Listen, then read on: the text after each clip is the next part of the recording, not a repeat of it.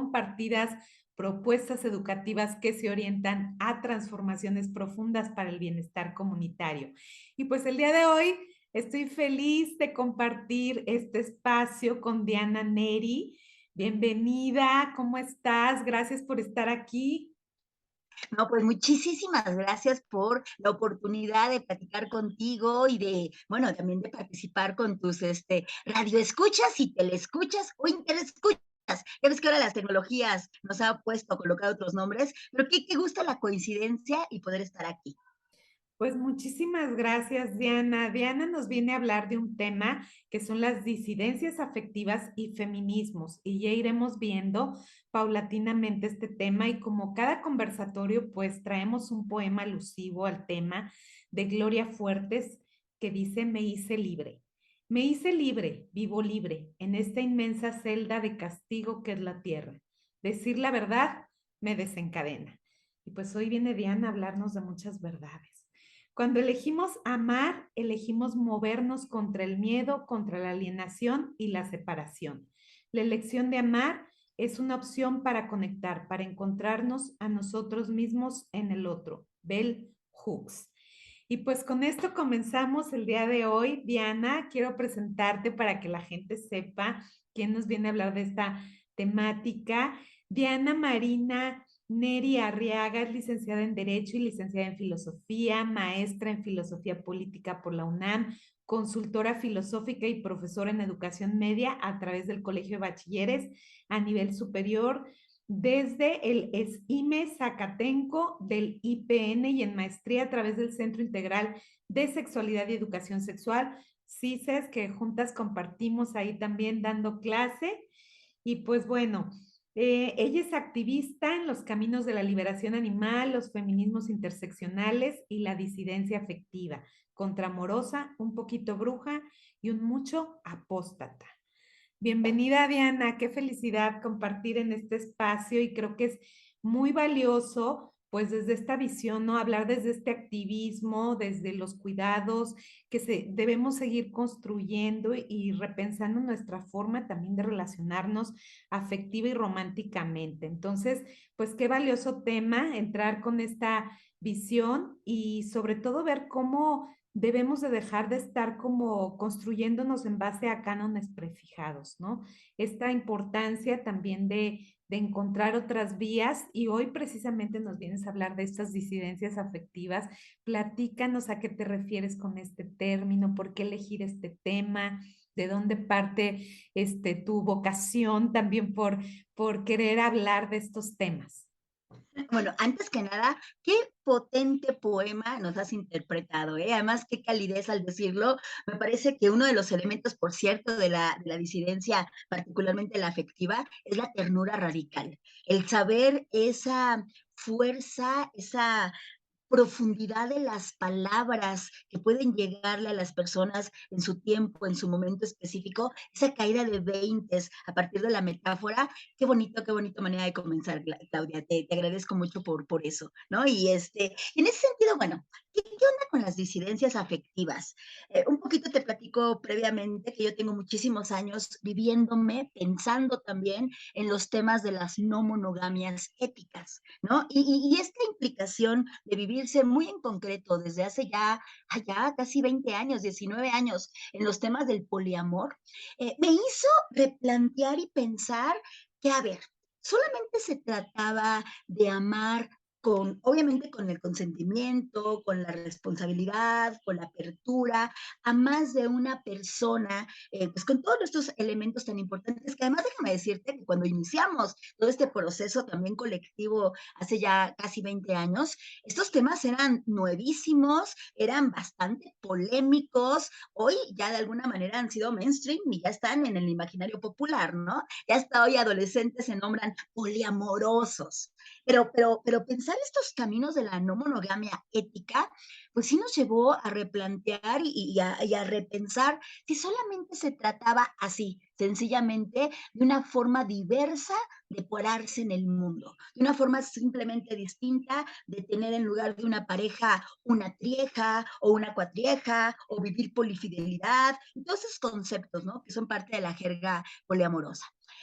La reflexión de la vida, las afectaciones amorosas, y lo digo en el mejor sentido, cuando uno se afecta es porque uno es tocado por las emociones que se comparten con otras personas y que no solamente son en el campo erótico, en el campo amoroso, sino en todo lo que como personas somos y en nuestras singularidades le damos a la otra persona. Confianza, cariño, amistad, solidaridad, ternura, acompañamiento, etcétera, etcétera, ¿no? Entonces, bueno, a partir de eso empecé a decir, a ver, espérame, es que solamente hablar de amor a partir ya de las categorías sociales, estéticas que existen, digo, porque en el tema del amor se habla mucho desde la literatura, se habla mucho desde la poesía, se habla mucho desde la estética, ¿no? Pero me parece que en un campo ético y político se habla poco, ¿no? Entonces empecé a decir, bueno, a ver, y si le empezamos a reflexionar qué es el amor, cómo es que a lo mejor la palabra hace rato cuando empezabas con el poema libertad, por ejemplo, son palabras fuertes que son grandes metafísicas en los que los seres humanos nos sostenemos, ¿no? O sea, pensamos que estamos en la idea de la humanidad, el amor, la naturaleza, la libertad. Pero a veces si las dejamos como abstracciones, así como grandes, grandes conceptos, podemos interpretar y decir muchas cosas y al mismo tiempo no decir nada, ¿no? Entonces pensábamos y pensábamos en colectivo en aquel tiempo. A ver, ¿y si al amor, en lugar de hablarlo solamente desde lo literario, lo hablamos también desde lo político? Y esto fue como de alguna manera fuerte porque implicaba salirse del esquema de la diversidad, en donde todos y todas, ahora también todes, estamos teniendo una postura de inclusión, de pluralidad, de encuentro. Pero a veces esos encuentros no son tan sencillos. A veces no es simplemente nombrar, no sé, déjame poner la analogía del multiculturalismo. No solamente decir, ay, es que los países de América somos los países unidos desde Bolivia hasta Alaska. No, perdón. Es que las condiciones económicas, políticas, sociales que vive cada uno de los países son sumamente distintas. Entonces, hablar de pluralidad sería de alguna manera invisibilizar las diferencias importantes que en cada país y en este caso en cada reflexión es importante situar. Entonces dijimos, oigan, y sin lugar nada más hablar de diversidad, hablamos de disidencia.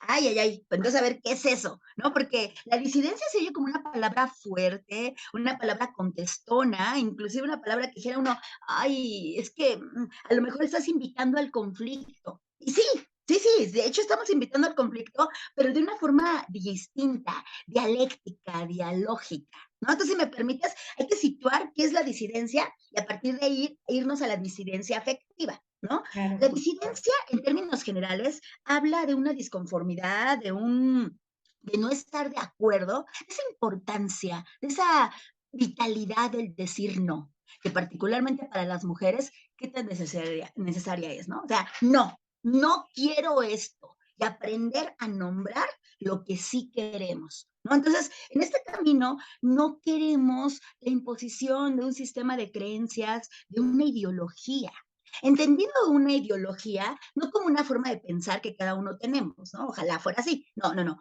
La ideología es una estructura que empieza desde el lenguaje, que empieza desde el discurso y que desde pequeños, desde pequeñas, hemos estado pensando que ya hay ciertos estamentos fijos en la vida que no se pueden cuestionar.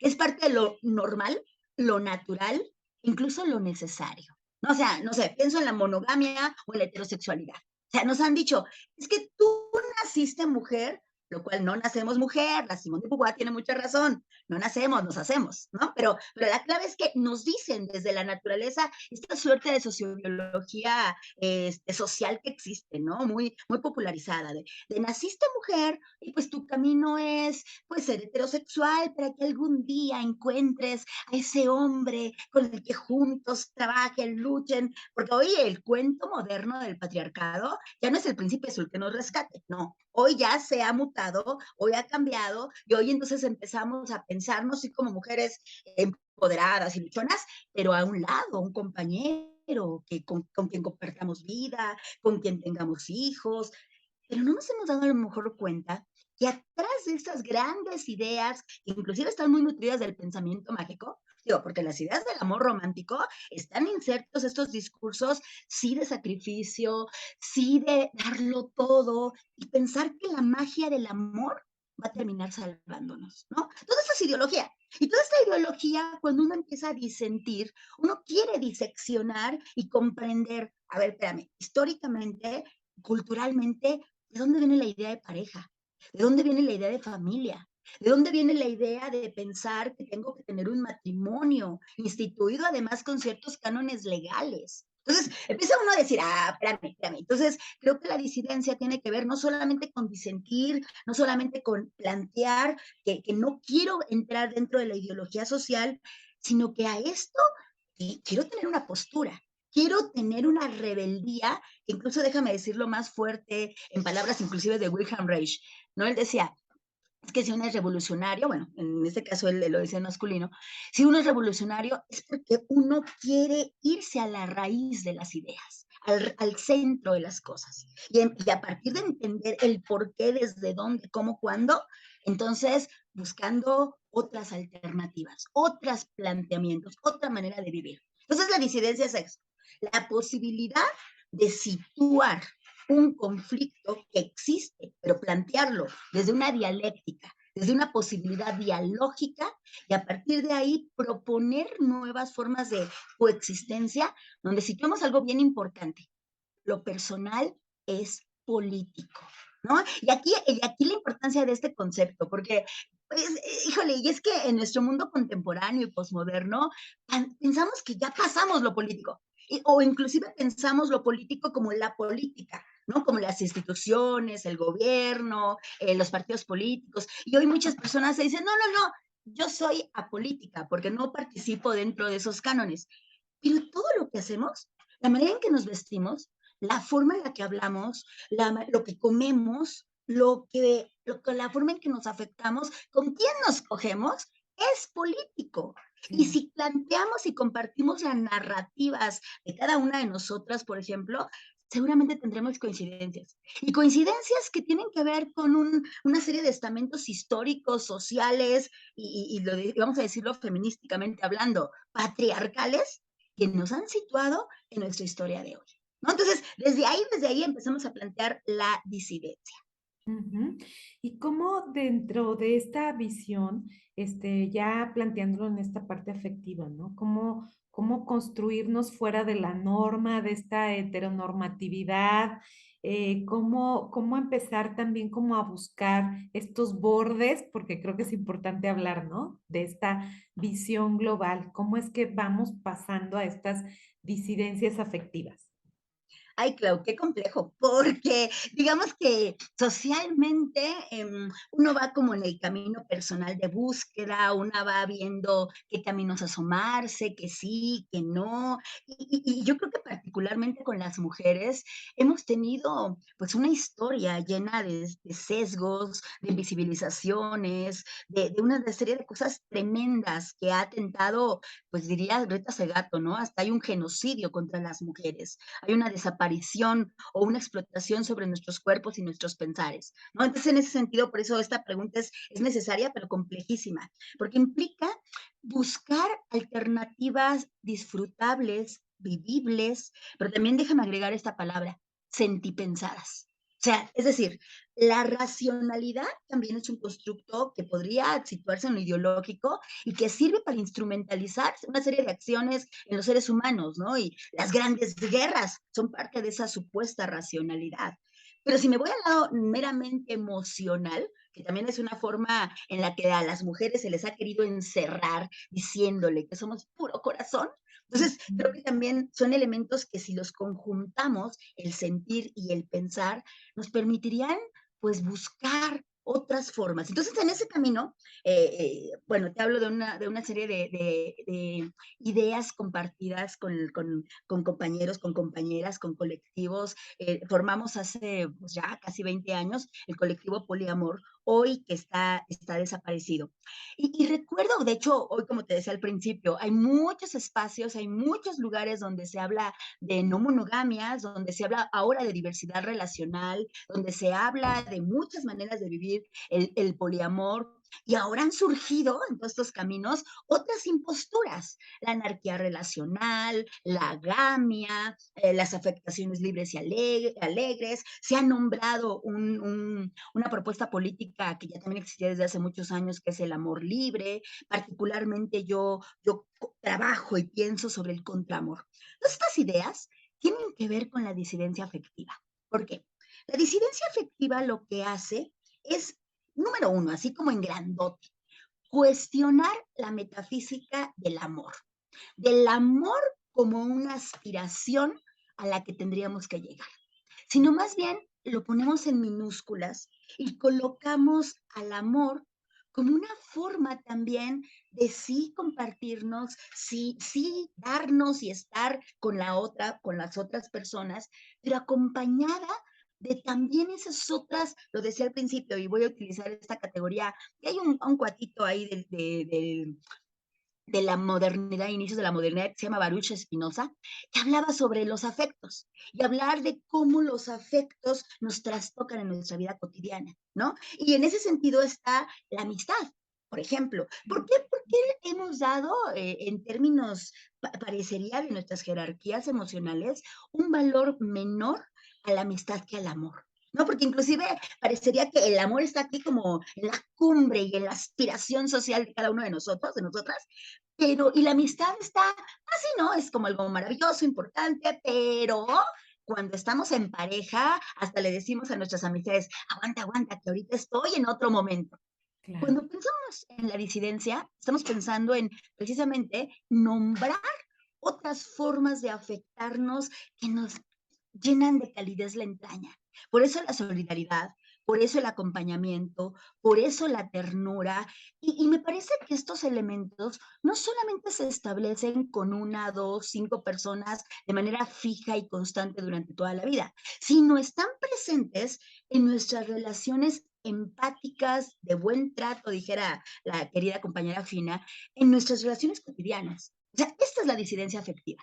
El nombrar la importancia de platicar, permíteme el ejemplo, con la señora que estamos en la fila en la fila del banco, y que de pronto ya a los 15 minutos somos las mejores comadres platicándonos nuestras vidas, y nos terminamos dando el Facebook, y construimos un momento, fíjense, y eso es bien interesante, porque a veces pensamos que las relaciones, para que sean impactantes y para que tengan sustancia en nuestra vida, tienen que ser duraderas, tienen que tener cierto continuum. Sí, por un lado es cierto, pero también se establecen relaciones espontáneas, alegres con personas en cualquier contexto. Y esto implica bajar al terreno de las relaciones cotidianas y sociales estas afectaciones. Saber que la huella que esa señora dejó en ti a partir de su experiencia nos va a permitir un aprendizaje, ¿no? Entonces, en ese sentido, hay que situar, primero, bajar al gran metafísica del amor y convertirlo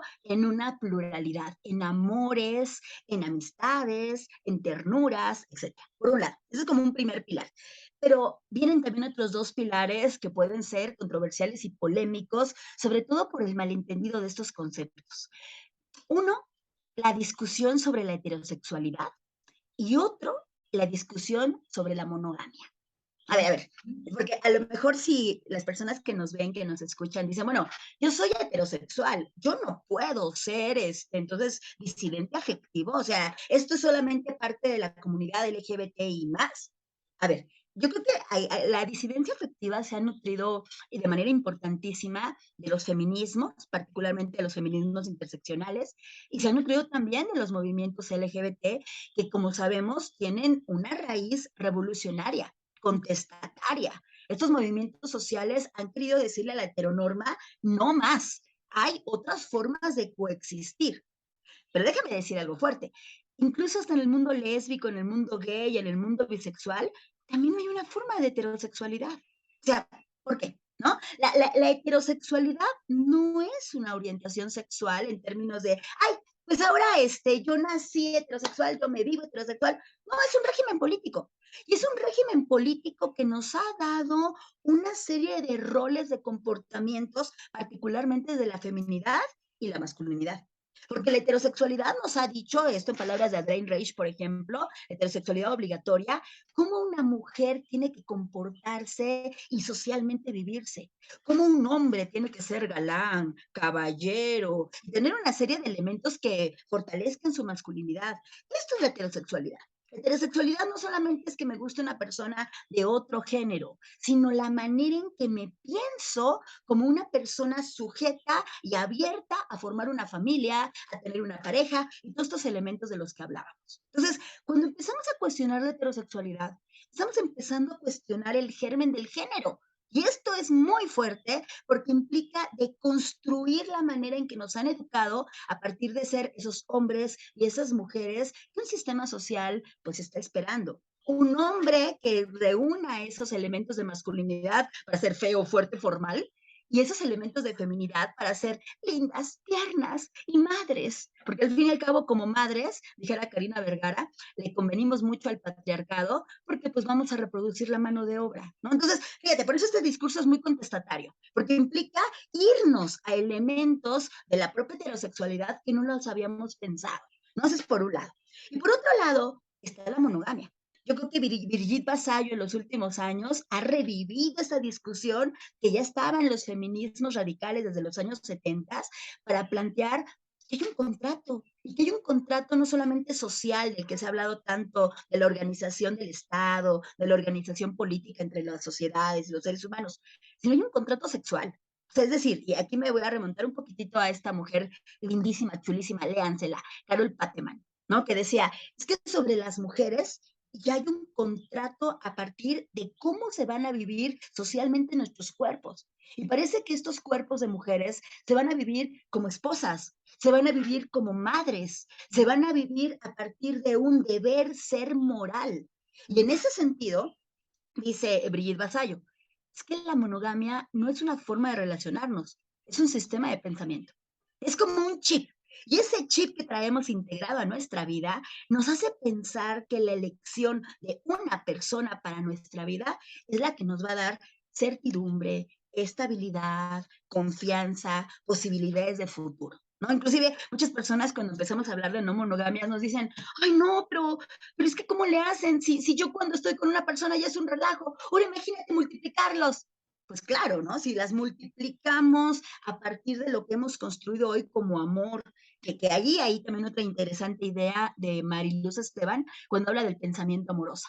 Ella, y también recomendación así de lujo, la preciosa Mariluz Esteban, tiene un texto clave para analizar que así como la heterosexualidad y la monogamia son sistemas de pensamiento, son sistemas ideológicos, también lo es el amor. ¿No? El amor como una categoría que parecería que si no la tenemos, entonces no somos capaces de coexistir.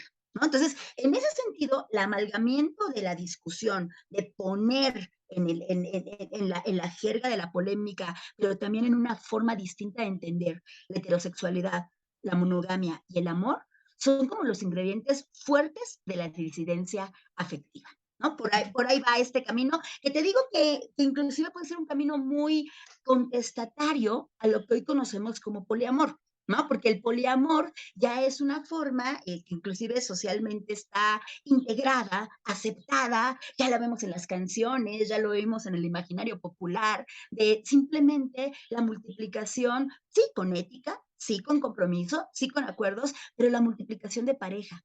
Pero si nos vamos 3 pasitos atrás y cuestionamos en sí la idea de la pareja, o nos vamos 5 pasitos atrás y cuestionamos la existencia de reglas y de normas, y si mejor hablamos de acuerdos, ¿no? Y si nos vamos otros pasitos atrás y hablamos de cómo la pareja o la idea de vivir de a dos o de a tres, de todos modos, si no es una reflexión realmente sentipensada, puede seguir de alguna manera siendo cómplice de la violencia de las relaciones actuales. No, no sé si me explico por ahí, por este camino, Clau. Creo que algo muy valioso que señalas, ¿no? Esta parte que el amor finalmente se vuelve como un territorio político en donde se organiza a través de jerarquía, sometimiento, dominación. O sea, cómo tenemos que hablar desde esta visión donde el sometimiento que el amor romántico va imponiendo a las mujeres, ¿no? En torno a controlar sus vidas, inclusive hablando ya desde esta parte que comentabas, ¿no? La apropiación desde las cuerpas, desde esta visión de tener, no sé, pensar inclusive ya en la parte de la maternidad impuesta y otro tipo de situaciones que se van también generando a través de estas visiones, ¿sí? No, y en este sentido, la importancia decía al principio con cómo colocar en estas discusiones a la disidencia, porque me parece que hablar de ese terreno de lo político nos permite también tener interacciones distintas que nos lleven, y en ese sentido creo que los feminismos han sido fundamentales, los feminismos radicales, para entender el desentrañamiento, de dónde viene, por qué viene, qué hilos están conduciendo todo esto. Porque de otra manera, simplemente nos situamos en un mundo donde creemos que ya todo está dado, ¿no? Y que entonces simplemente hay que acomodarse a mi papel social que me corresponde en el deber ser, ¿no? Entonces, cuando empezamos como a polemizar y a poner estas discusiones, decimos, bueno, a ver, espérame, entonces, ¿desde dónde como seres humanos nos queremos construir? Y ahí está la gran apuesta de los actos de libertad, ¿no? Cuando hablamos de la disidencia, no estamos diciendo, oye, tienes que multiplicar tus relaciones y tienes que entrar a la no monogamia. No, no, no. Estamos hablando de una forma de colocarme en mis relaciones cotidianas, otra vez con la señora de la fila, pero también en el trabajo, pero también con mi familia, pero también con las amistades, pero también con las personas que emocional o sexualmente me mueven, replantear esa forma de relación, sentarse a platicar, oye, ¿por qué estamos juntos y juntas? ¿Qué hay entre nosotros que nos permita? O sea, esto es hablar dialógicamente, lo que diríamos en términos políticos, hacer asambleas cotidianas, ¿no? Asambleas que sean amistosas y sororas o solidarias, según el caso, pero que nos permitan poner al diálogo y a la comunicación asertiva también en un lugar especial, ¿no? El dar por sentadas las cosas, el pensar, por ejemplo, cuando salimos con alguien y cuando estamos con nuestro crush, ya está, nos llenamos de expectativas, de idealizaciones, de momentos que socialmente nos dijeron, es que mira, A, B, C, D. No, no, y yo creo que si nos quedamos en este entramado, pues somos muy susceptibles a todos los elementos que el sistema ya tiene estructurado para nosotros de violencia. Y en este sentido, por eso hay muchísimas compañeras desde los feminismos que están denunciando la violencia, no solamente la violencia del amor romántico, sino la violencia de un pensamiento amoroso que le permite, por ejemplo, llevémoslo a otros terrenos, como madre o como padre, disciplinar a sus hijos en nombre del amor. ¿No? O entre amistades, hablarse de una manera violenta, grosera, impositiva, en nombre de la amistad, justificando que como somos amigos, te puedo ningunear y no hay problema, ¿no? O en las relaciones laborales, a partir de no entender, y esto es muy interesante a nivel de las ideas Foucaultianas, vivimos en relaciones de poder. Y todo el tiempo estamos ejerciendo poder sobre los otros. Lo que propone la disidencia afectiva es desnudar ese poder, saber que ahí está y empezar a colectivizarlo. Aquí hay una importancia fundamental de ser comunidad, de pensar no yo y tú, Clau, aisladas, sino sentarnos a decir, oye, mira, ¿tú qué piensas sobre esto? Vamos a ponerlo sobre la mesa, ¿no? Empezar a nombrar y a situar para hacer acuerdos, para trabajar sobre todos esos malos entendidos, de dejar los imaginarios ahí individuales y de empezar entonces a partir de ya elementos concretos, ver qué queremos y qué no queremos, ¿no? Entonces, esto no es solamente un tema que tenga que ver con la no monogamia. Inclusive hay personas que me dicen, Diana, pero es que yo llevo con esta persona y estoy encantadísima de estar desde hace tantos años. Perfecto, pero a ver, propuesta. Si en lugar de pensarte desde la monogamia, te piensas, por ejemplo, desde el monoamor. Ay, no, ¿cómo? ¿Por qué? O sea, pero no, es que la monogamia no tiene que ver, así como la heterosexualidad no tiene que ver quién te gusta, en la monogamia no tiene que ver con cuántas personas estás. No, tiene que ver con la forma institucional que estableces tus relaciones, ¿no? Sí entiendo que utilicemos, y yo creo que esto es una herramienta muy poderosa que desde la disidencia tampoco, y esto quiero decir también que es vital, Las disidencias, por ejemplo, se nutren desde los anarcofeminismos, ¿no? Y en ese sentido, sé que por eso es una postura fuerte, porque implica ser contestataria contra todo poder, contra todo gobierno, etcétera. Sin embargo, también reconocemos que es necesario, por ejemplo, yo celebro los matrimonios homoparentales o la adopción homoparental, pero saber que ese no es el fin. O sea, no estamos haciendo este trabajo para llegar a normalizarnos. Entrar dentro de la norma es entrar simplemente a una aceptación social que me permite convivir y borrarme en el espectro social. Creo que va muchísimo más allá. Utiliza la herramienta del matrimonio o las herramientas legales solamente como una forma de decirle al Estado, oye, ni modo, estás en mi vida, yo no te quiero adentro, pero tienes que regular ciertas cosas, cumple tu papel y cúmplelas bien. Pero después de ahí no vas a meterte en mis afectos, no vas a meterte en mi manera de relacionar. Y en ese sentido yo siempre le pregunto mucho a las personas, ¿por qué te casas? ¿No? O sea, ¿te casas realmente porque sabes que es un instrumento jurídico que te permite la seguridad social, etcétera? ¿O te casas porque simplemente es el pasito de que sigue en la línea de la vida?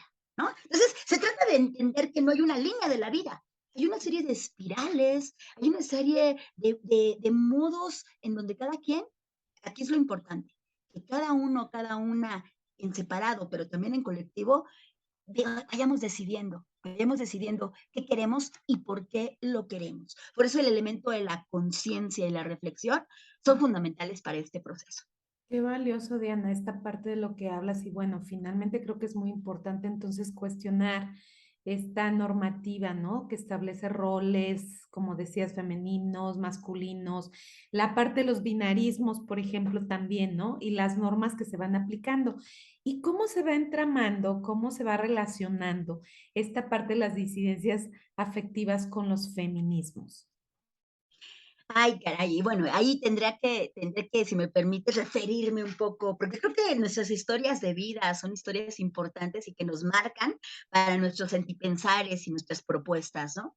Entonces, en ese sentido, yo fui una niña gorda, una niña fea, una niña que tenía todas esas desventajas de un mundo normativizado a partir de lo que se tenía que ser y se esperaba del ser mujer, ¿no? Entonces, uno empieza desde esa incomprensión. Una de infante de pronto dice, bueno, ¿y por qué este rechazo? ¿Y por qué este juicio? ¿Y por qué este señalamiento? O sea, ¿qué está pasando ante simplemente mi intento, como todos y todas, de vivir y coexistir?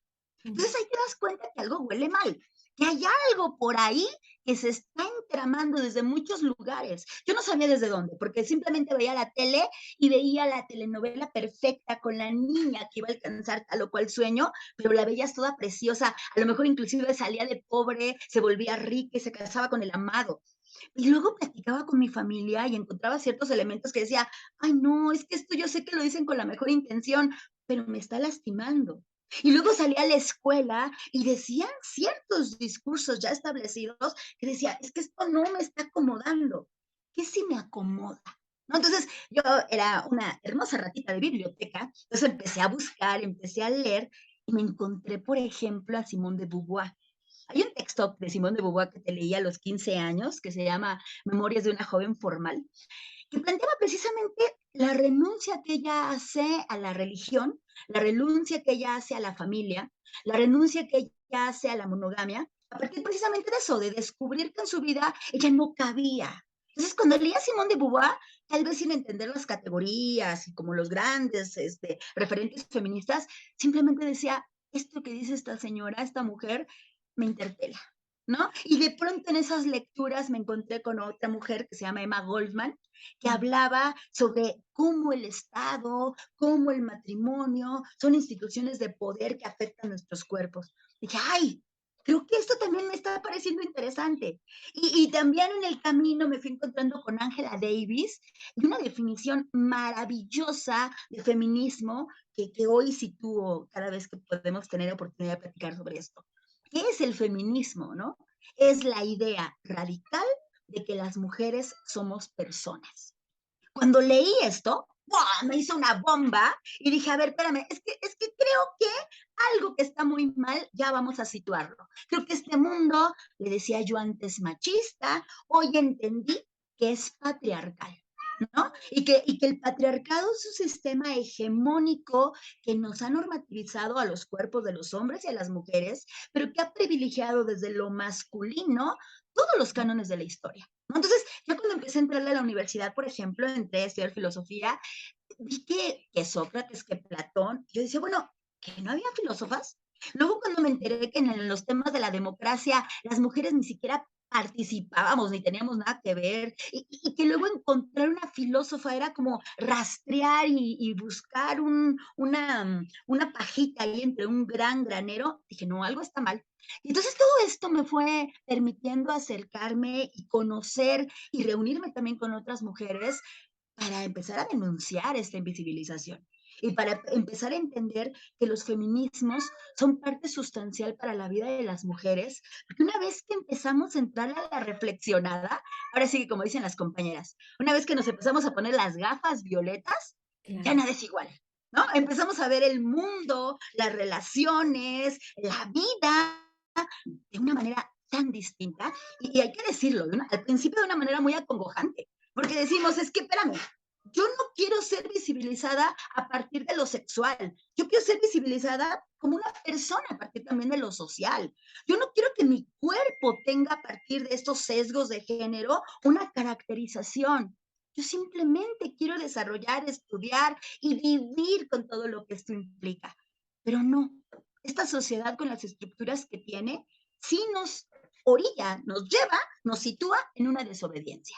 Y me parece que los feminismos son esos, desobediencias que nos permiten a las mujeres construir relaciones y modos totalmente distinto a lo que un sistema espera de nosotras, ¿no? Y en ese sentido, en la búsqueda de los feminismos, dije, a ver, ay, pues es que uno lee una cosa, una conoce a otras compañeras, una vive por acá tal, y dices, pues, ¿por dónde le entro, no? ¿Por dónde me nutro? ¿Por dónde? Entonces, yo empecé pues leyendo y entendiendo y diciendo que este discurso que ahora es como tan famoso, sobre todo en algunas adolescencias, en algunos grupos, diciendo, no, es que los hombres y las mujeres tenemos que luchar para que seamos iguales.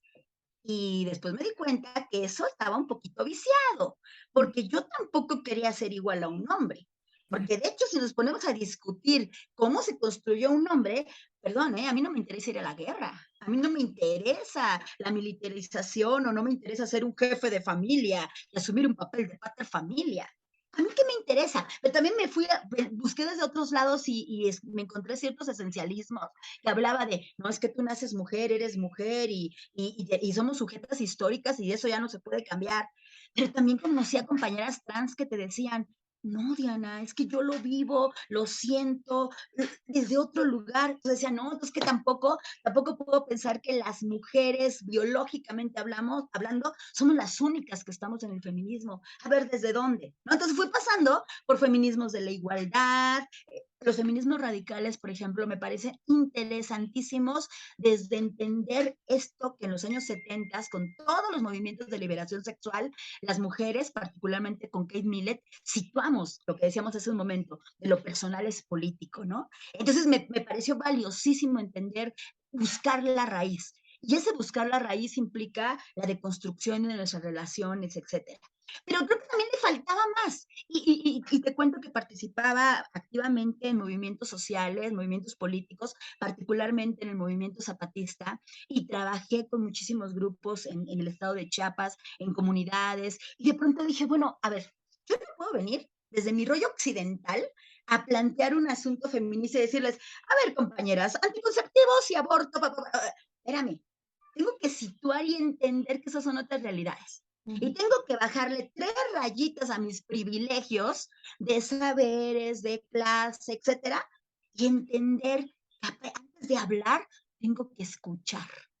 Y de pronto también a la hora de comer, me estaba dando cuenta, o de tomar leche, me estaba dando cuenta que, ay, perdón, pero ¿de dónde salió la leche? De una vaquita. Una vaquita en un campito feliz, ahí sosteniendo apareamiento con el toro. No. Me di cuenta que mi lechita venía de una fábrica de explotación capitalista donde violan sistemáticamente a una hembra. Entonces entendí que esa hembra que está en la industria láctea también está siendo abusada de sus derechos. O sea, todo esto me permití conectarlo y decir, creo que no es un frente, creo que hay muchas formas de trabajar, de pensar y si vamos a trabajar desde la disidencia, muchas formas de interactuar, ¿no? Entonces, creo que en esos caminos decidí trabajar desde los feminismos interseccionales, porque implica primero que nada, esta humildad de reconocer otras realidades, otras maneras de situarse desde sus contextos económicos, políticos, sociales y otras realidades donde yo no tengo que llegar a ver desde mis privilegios a imponer la mía. Soy una mujer cis y desde ahí yo no tengo derecho de hablar como una mujer trans. Soy una mujer universitaria. Yo no tengo derecho de ir con una mujer no universitaria y decirle que el camino de los libros es el camino de la verdad. ¿No? Y así me puedo ir con muchos ejemplos. Me parece que este primer asunto de humildad y de callarse y escuchar nos permite dimensionar y darle la palabra a quienes también tienen que tenerla. Entonces, mis feminismos caminan desde ese lugar. Wow, qué interesante. Creo que esta parte, ¿no? Hablar de esta interseccionalidad, desde esta visión donde precisamente nos cuestionamos nuestros privilegios, que tampoco es algo sencillo, y también este buscar, ¿no? Esta visión de la cuestión también que ha sido hasta cierto punto buscada en esos límites, en esos bordes de los que hablamos, la parte de la marginación, ¿no? La parte también donde hablamos de la diversidad, decías también de las cuerpas, la parte también de hablar desde esta, por ejemplo, desde la visión hasta de las diferencias que se pueden presentar, que son muy amplias y que con qué derecho podemos llegar a hablar cuando estamos situados en una postura y en una condición que no tiene nada que ver con el contexto de otras personas, ¿no? Entonces, bueno, pues a partir desde ahí, por ejemplo, hablando desde esta cis heteronormatividad, si se puede decir así, ¿no? Desde esta parte inclusive, ¿no? Las mujeres vistas desde una visión hasta de deseo de hombres o desde esta visión también en donde hemos tenido distintas representaciones. ¿Cómo vemos estos bordes distintos y cómo podemos ampliar nuestra visión, además del cuestionamiento personal, para poder trabajar comprendiendo las distintas realidades y también situándonos en nuestro espacio para no caer también en una posición jerárquica? Híjole, qué importante pregunta. Y creo que estás situando de lo que de alguna manera algunas filósofas, algunas pensadoras hablan del pensamiento de la marginalidad o los pensamientos de frontera, ¿no? O sea, primero, antes que nada, esto que has dicho, hay que situarlo de quitar el centro de lo que sea. Digo, de entrada, nosotros no somos el centro en la vida de otras personas. Yo creo que eso primero, a mí en las no monogamias, me ha ayudado a entender y a respetar empáticamente que mis compañeros o compañeras afectivas tengan sus vidas. Yo no soy el centro de sus vidas. Y si de entrada nos sacamos del centro de la vida del otro, yo creo que empezamos a trabajar nuestra propia vida, nuestra propia autonomía, ¿no? Como un primer paso, si me permites decirlo así, ¿no? En segundo lugar, también en ese cuestionamiento agudo disidente de la historia, entender que no es una historia, que no es un amor, que no es una realidad, que son realidades. Y empezar a hablar en pluralidades nos permite desentrañar todo eso que no se dice, todo eso de lo que no se habla y empezar a nombrar. ¿No? Cuando dice Walter Benjamin que la civilización está sentada sobre las ruinas de la explotación, es porque solamente cuando vamos, no sé, a una catedral, vemos la belleza arquitectónica de la catedral.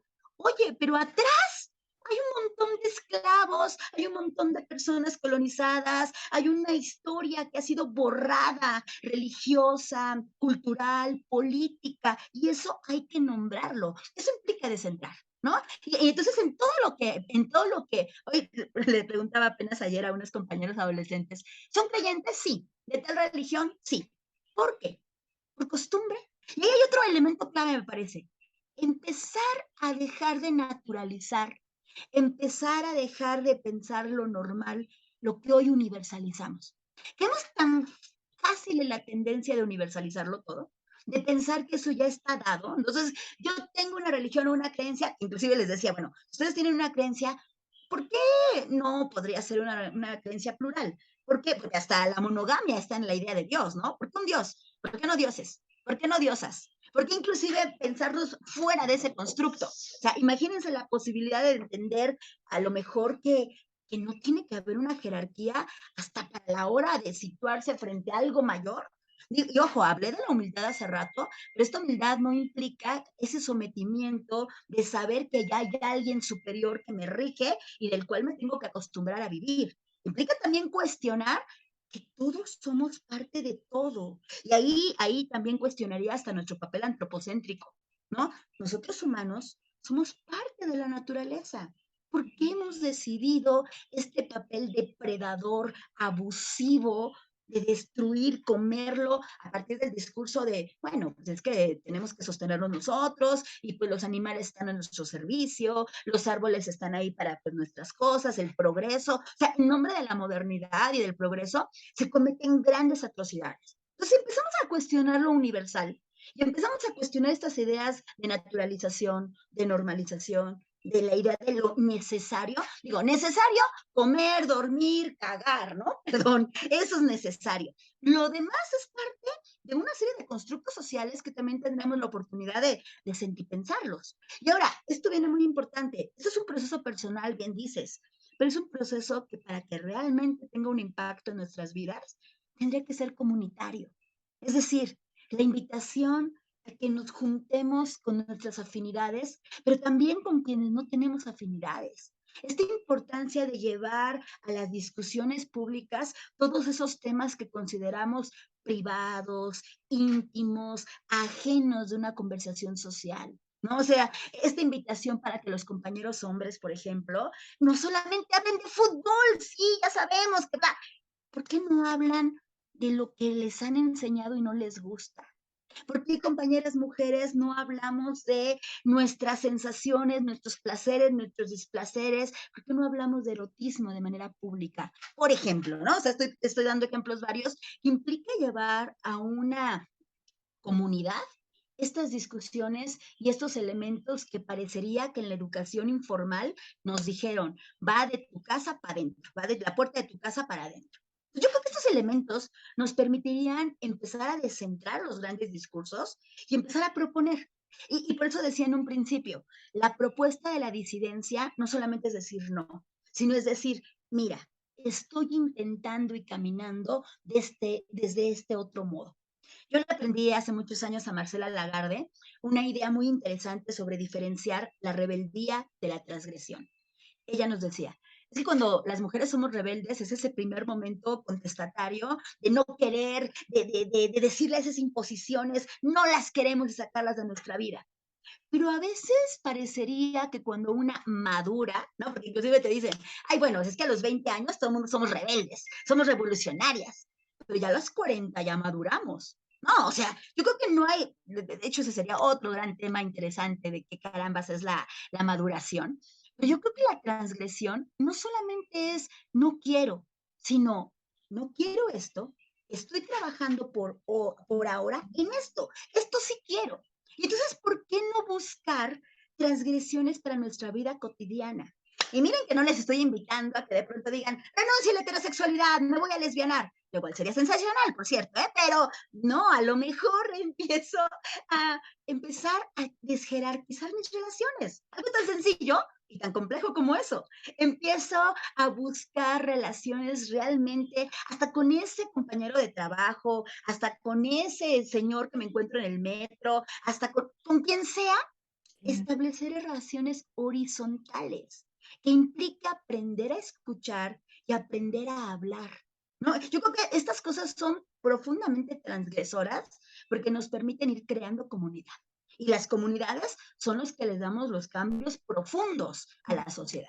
Las cosas no van a cambiar sin cada una desde nuestra casa con un hashtag no quiero este mundo, solamente lo googleamos, ¿no? Solamente lo ponemos. Creo que es una interacción colectiva. Y yo creo que ahora los tiempos de la pandemia nos dieron muchas lecciones fuertes. Y me parece que dentro de esas lecciones es buscar la manera de rearticularnos. Extrañamos el abrazarnos, el vernos el rostro completo, pero que no extrañemos el hablarnos, el escucharnos, el sentirnos de otra manera. Esos también son parte de las propuestas de la disidencia afectiva. Y aquí este concepto bonito, chulísimo, que por favor les recomiendo mucho, busquen a la Pucha Nostra, que es un colectivo de performance aquí mexicano, bueno, chicano-mexicano, que tienen esta propuesta de la ternura radical, ¿no? Que habla de la importancia de situar las vulnerabilidades, de situar esta apertura y esta desnudez mm, con la claridad de que esta apertura y esta desnudez también es política. Y esta vulnerabilidad al mismo tiempo me hace fuerte por mí, pero también por ti, porque me identifico con esa otredad que está ahí conmigo. Y que también está esa diferencia, y esa diferencia no hay que anularla, hay que entenderla y darle otras dimensiones. Por ahí va la propuesta. Me encanta. Fíjate que Silvia Marcos hablaba de otroas, decía esta parte, ¿no? Como dentro de esa diversidad que encontramos. Y bueno, hoy me queda muy claro con esto que acabas de mencionar, qué importante quitar el centro, qué importante hablar de esta comunidad y también del contramor, ¿no? Que finalmente forma esta comunidad amorosa. Entonces, pues muchas gracias por esta plática tan nutritiva, tan valiosa, tan reflexiva, profunda, por tu calidad humana, Diana, y sobre todo, pues, ¿qué mensaje nos quieres dejar finalmente hablando de estas disidencias afectivas? Ay, pues no, al contrario, muchísimas gracias por esta oportunidad, esta conversación. Aunque, Clau, tú cállame, porque a mí si me dejas, yo me voy como hilo de media, pero qué rico ha sido este momento. Bueno, pues sin más, lo que a mí me encantaría compartir es la posibilidad de que quienes escuchan, quienes están viendo hoy esta transmisión, pues nos demos este permiso grandote de desobedecer. Desobedecer la moral y las normas ya establecidas en las vivencias cotidianas. Y esta desobediencia, a lo mejor cada quien tomará caminos, pero sugiero que sean caminos éticos, que sean caminos políticos, que sean caminos reflexivos que nos permitan tomar conciencia y con esta conciencia dar pequeños pasos de grandes decisiones, ¿no? La autoquerencia, por ejemplo, para las mujeres es una asignatura pendiente que cada día requiere un reconocimiento y un amamacho de nuestras cuerpas, por ejemplo, ¿no? O sea, estos son como estos pequeños regalos cotidianos que no creo que nos merecemos. Creo que son importantes ya y urgentes situarlos para tener una vida más vivible y buscar siempre y en todos espacios hacer comunidad. Sé que tenemos un nihilismo actual, un desencanto social muy profundo, ¿no? Sé que estamos un poco ensimismados en nuestros problemas y ojo, ¿no? Hablando de ideologías, el capitalismo es un monstruote grande que ha buscado que nuestros cuerpos estén recluidos para trabajar, consumir y volver a trabajar. Y ahí se nos va la vida. Esa desobediencia, perdón, implica también buscarnos momentos de ocio. Pero no el ocio de me voy corriendo al celular, sino el ocio de, ay, de pronto empezar a que nuestra cabeza se anime a pensar, a imaginar, a escribir, a cantar, a bailar, a hacer acciones lúdicas con otras personas. Eso ya es transgresor y enriquece y potencia otras formas de afectaciones que sí me parece que es muy urgente. Hay que luchar contra ese amor violento y hay que construir afectaciones contramorosas. Ya tendremos otra oportunidad para hablar muy específicamente de contramor, pero muchísimas gracias por esta invitación. No, pues muchas gracias, Diana, qué interesante y la verdad es que me quedo con esta palabra de autoquerencia y de ternura radical y bueno, hay que ir a hacer el amor con el sol, con las plantas, con el viento, ¿no? Envolvernos en toda esta visión también de la naturaleza. Y muchísimas gracias, Diana. ¿Dónde te buscamos para la gente que te está viendo? ¿Dónde te podemos leer? ¿Dónde te podemos ver? Bueno, pues ahora sí que yo he tenido como una contradicción con el tema de las redes sociales, ¿no? Le entro, no le entro, pero bueno, el Facebook, ¿no? Diana Bruja Gorgona, ahí estoy en Facebook. Tengo una página también de información y contrainformación que se llama Las aventuras de una bruja filósofa. Y en ese sentido también tengo un programa de YouTube. Lo tengo un poquito abandonado, ya lo voy a retomar con algunos de estos conceptos, de algunas de estas conversaciones, que se llama así precisamente Las aventuras de una bruja filósofa. Esos son los espacios cibernéticos. Obviamente en Internet, en Twitter, igual como bruja filósofa, me encuentran en todos lados. Pues muchas gracias, Diana. Me encantó compartir este espacio contigo Y bueno, ya me noto como una fan tuya, ¿eh? Una seguidora. Entonces te buscaré por ahí. Y bueno, pues muchas gracias a todas las personas que se conecten a ver estos conversatorios. Recuerden, son temas que tienen que ver con la sexualidad, la salud, la psicoterapia, la educación y con propuestas sobre todo que hagan transformaciones profundas. Nos vemos también cada jueves, recuerden en línea, radio en línea, a la 1 de la tarde y pueden verlo por mi fanpage Converso y en mi canal de YouTube subimos todos estos conversatorios que es Claudia Hernández Madrigal. Muchísimas gracias y nos vemos muy pronto. Diana, te mando un abrazo profundo, espero dártelo muy pronto en persona. Muchísimas gracias, Claudia. Y más que fan, somos cómplices, mana. Somos cómplices de esta aventura del disentir. Somos cómplices, exactamente. Y gracias, Diana. Un abrazo. Bye. Hasta pronto.